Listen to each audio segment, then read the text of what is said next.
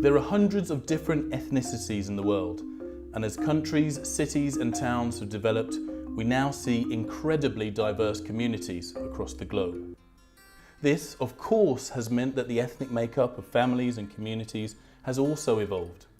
No longer is it unusual to see couples with roots stretching from different sides of the planet.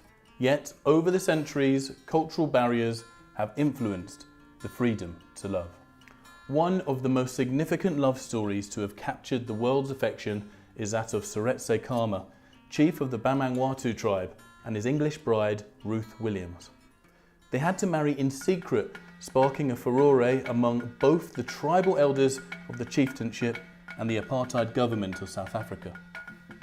Britain's government, then heavily in debt from World War II, could not afford to lose cheap South African gold.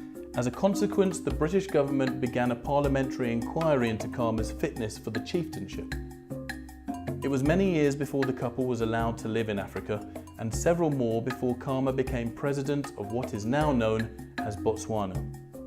During his presidency, Seretse Khama promoted democracy and the importance of cultural diversity. Over the years, racial tension has culminated in countless conflicts. London has been centre stage to important events that changed the social and economic fabric of this country forever.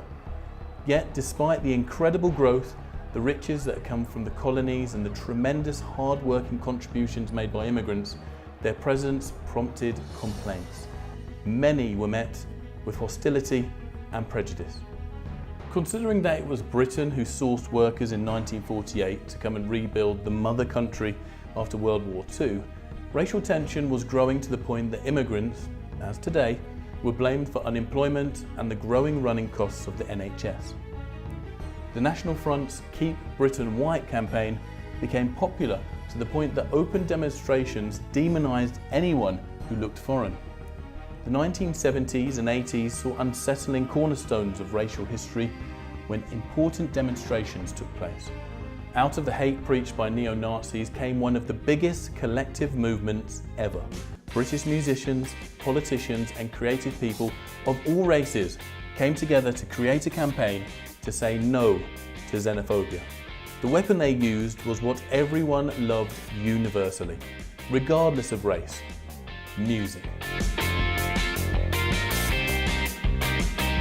People fall in love regardless of cultural and religious barriers, truly attesting that love can conquer all. Countless biracial marriages are celebrated every day around the world. My parents met in London in the early 70s. There were nowhere near the numbers of mixed-race couples back then. Certainly nothing like what we see today. Maybe it would have been easier for them to have found partners from their own backgrounds. But love doesn't work like that. It's something I know all too well myself, as my two daughters have roots in Jamaica, South Africa, the Czech Republic, Ireland, and of course, England. And that kind of diversity is pretty normal in many of our friends' young families too. British national identity has been thoroughly reconstructed in an incredibly short time and is ever evolving. Today, to be British is many things. And where you'll find the most examples of this is London, one of the most cosmopolitan capital cities in the world, with over 300 languages spoken. Now, more than ever, is a time to respect and value the vast diversity of the UK and the positivity it brings.